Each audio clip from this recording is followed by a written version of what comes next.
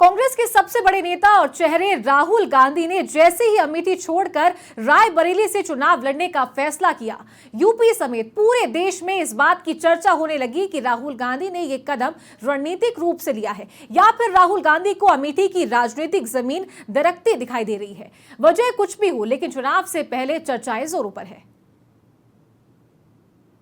अमेठी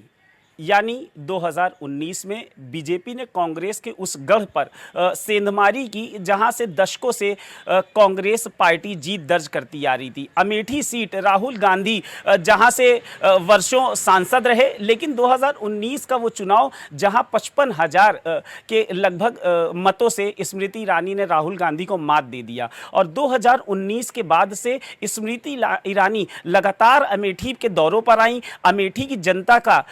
जब अमेठी की जनता को उन्हें लगा कि अमेठी की जनता को उनकी ज़रूरत है, वो उनके दर्द में, उनके सुख दुख में उनके साथ खड़ी रहीं। और आखिरकार स्मृति ईरानी ने अपना घर भी एक अमेठी में बना लिया और अब वो अमेठी में न सिर्फ चुनाव लड़ रही हैं, बल्कि अमेठी में स्मृति ईरानी अब वोट भी डालेंगी।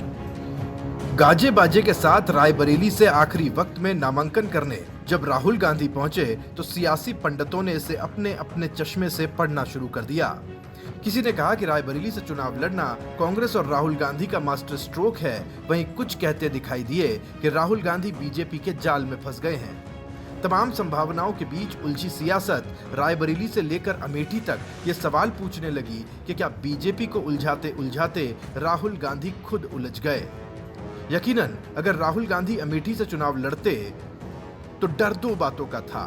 एक दूसरी बार की हार का और दूसरा पूरी तरह से अपनी सीट बचाने के लिए अमेठी पर ही फोकस करने का।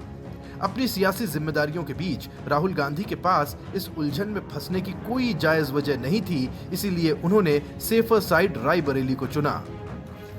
लेकिन एक बड़ा सवाल राहुल गांधी के अमेठी छोड़ते ही जिस तरीके से स्मृति ईरानी ने खड़ा किया कि अमेठी की जनता राहुल गांधी को फिर से 2024 का चुनाव जरूर हराती और इस डर की वजह से राहुल गांधी रायबरेली चले गए। लेकिन सवाल यहाँ कई खड़े होते हैं। पहला सवाल तो ये खड़ा होता है कि राहुल गांधी भले ही अमेठी से चले गए, स्मृति ईरानी 2014 में राहुल गांधी से लगभग 1 लाख वोटों से हारी थी, लेकिन 2019 के चुनाव में 55,000 के मतों से राहुल गांधी को उन्होंने मात भी दी थी। लेकिन 2019 का चुनाव जीतने के बाद 2024 के तक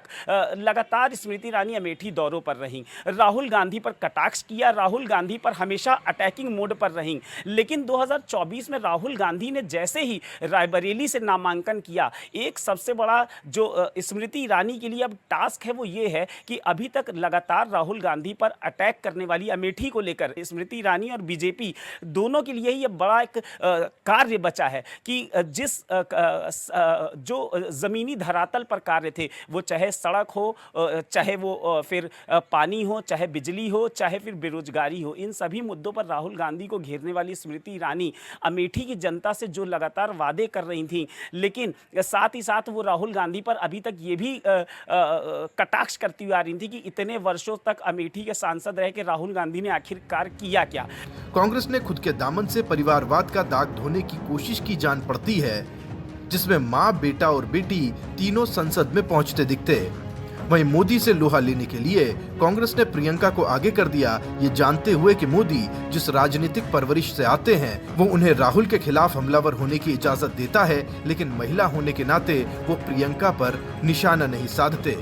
2019 से 24 के बीच में तमाम कार्य ऐसे रहे, तमाम ऐसी परियोजनाएं रहीं जिसको स्मृति ईरानी अमेठी में लेकर आई हैं। लेकिन अब स्मृति ईरानी के पास वो शब्द, वो वाक्य, वो कटाक्ष नहीं रह गया राहुल गांधी वाला, क्योंकि राहुल गांधी ने खुद को अमेठी से अलग करके बीजेपी जो उनके ऊपर लगातार अटैक करती थी, वो एक फिलहाल सब्जेक्ट या टॉपिक से राहुल गांधी ने खुद को बीजेपी से अलग कर लिया है। अब बड़ा सवाल स्मृति ईरानी के लिए ये होगा कि जिन कार्यों के लिए वो राहुल गांधी को दोषी ठहराती थी जनता के समक्ष, अमेठी की जनता के लोगों में ये विश्वास दिलाती थी कि अब स्मृति ईरानी वो चेहरा होगी जो धरातल पर कार्य करेगी।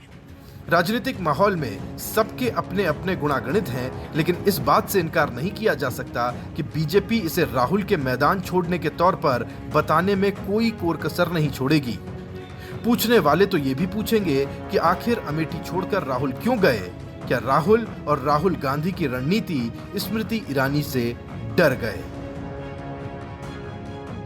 कार्य करने के लिए स्मृति ईरानी को आगे आना पड़ेगा और मजबूती के साथ कदम बैठाना पड़ेगा, क्योंकि भारतीय जनता पार्टी जिस तरीके से सेंधमारी करी है 2019 और 2014 के चुनाव में उत्तर प्रदेश में, अगर 2024 में भी वो सिलसिला जारी रहता है और कम से कम अगर 60, 65 या 70 प्लस सीटें बीजेपी लेकर आती है, 80 का 80 सीट जीतने का दम्भ भी भर रही है भारतीय जनता पार्टी। लेकिन खास तौर पर स्मृति ईरानी के लिए एक बड़ा टास्क अब ये है कि अगर वो 2024 का चुनाव जीतती हैं तो अमेठी की जनता को जो अभी तक वो विश्वास दिलाती थी राहुल गांधी के नाम पर, ये कहकर कि राहुल गांधी ने क्या किया है, अब स्मृति ईरानी को वो सभी कार्य करने पड़ेंगे। रायबरेली से अपने सहयोगी प्रवीण चौधरी के साथ अम्बरीश सिंह, समाचार प्लस।